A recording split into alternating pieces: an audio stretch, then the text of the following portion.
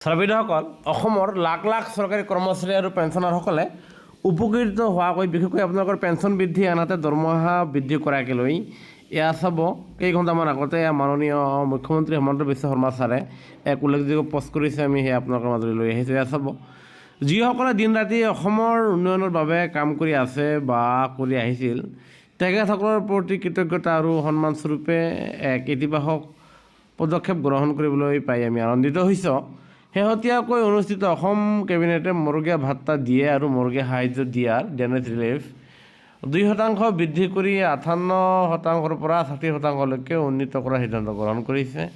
এই সিদ্ধান্তৰ ফলত 8 লাখৰো অধিক ৰাজ্যিক কৰ্মচাৰী আৰু পেঞ্চনভোগীয়ে লাভান্বিত হ'ব। জুলাইৰ পৰাই সংযোজন হ'ব বৰ্ধিত ৰাশি, তাৰমানে আপোনালোকে জুলাই মাহৰ পৰা এই বৰ্ধিত ৰাশি লাভ কৰিব।